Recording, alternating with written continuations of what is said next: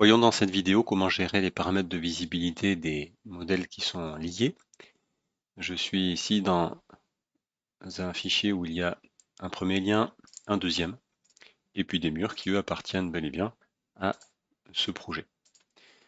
Alors si je veux gérer l'apparence de ces murs uniquement dans cette vue, par exemple, VV au clavier, ou sinon ici remplacement visibilité graphisme, et par exemple je veux agir sur mes murs et remplacer le type de ligne ici par voilà, un type de ligne plein en rouge. OK.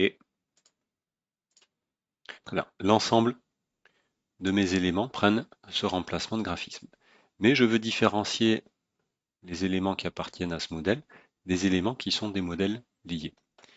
Et dans ces remplacements de visibilité, je vois que j'ai une dernière catégorie ici, lien Revit.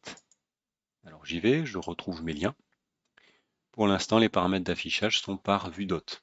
Ils ont effectivement pris les paramètres de l'hôte qui les accueillait, donc cette vue plan masse de ce fichier, à gérer les paramètres de l'ensemble.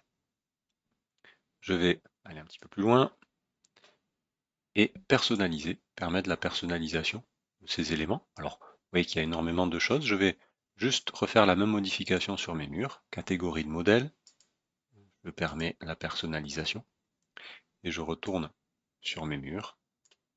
Et cette fois-ci, ce modèle, je vais le remplacer par du vert. OK, OK, j'applique. Très bien. Et je peux évidemment faire modèle par modèle. Et donc reprendre l'autre lien. Je permets de personnaliser. Catégorie de modèle puisque ce sont des murs sur lesquels je veux agir.